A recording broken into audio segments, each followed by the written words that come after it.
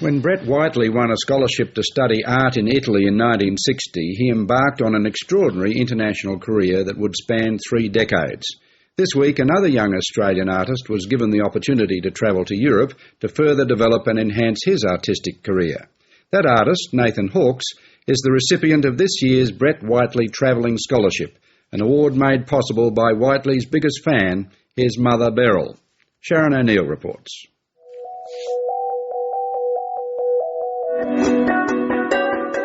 He was one of Australia's most famous and prolific artists. In a career spanning more than 30 years, he delighted, stunned and shocked audiences with his paintings and drawings not just in Australia, but all over the world. But Brett Whiteley's career did not begin in Australia. In 1960, he won a travelling art scholarship from the Italian government with this painting and 3 others, judged by another famous Australian artist, Sir Russell Drysdale. Up to that point, he'd been working as a commercial artist at Lintas, and it took that scholarship to make the leap, to really leave all that behind and take on the idea of being a full-time artist, which in those days looked really romantically, looked more like a life of kind of garrets and poverty than all the other things that happened. The opportunity to study and paint in Europe marked the beginning of Brett Whiteley's extraordinary career, and 3 decades on, the beauty of cities like Paris still inspired his work. I wanted to paint it when I first arrived there at 20, but I was so obsessed with modernism and abstraction and the theory of art that the possibility of me responding figuratively and lyrically to the place wasn't possible. And now at 50, I could go and be an art student. I could be anonymous. I could carry my sketch pad and go out into the streets and respond to this extraordinary city. I mean, arguably the most beautiful city, wonderful city.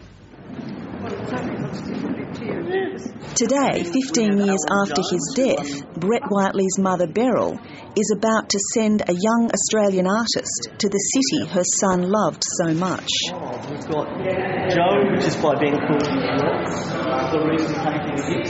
The Brett Whiteley Travelling Art Scholarship was established by Beryl Whiteley in 1999 in memory of her son and the opportunity he was given by a similar award 47 years ago.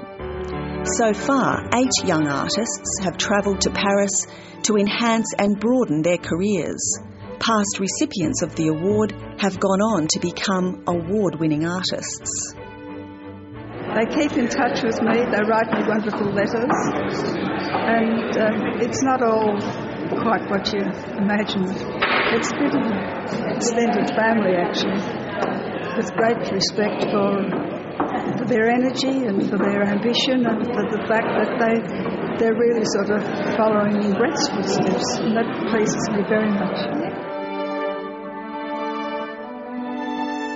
This year, the scholarship attracted 104 entries, and the works of the 21 finalists are being displayed here at the Brett Whiteley Studio in Sydney's Surrey Hills.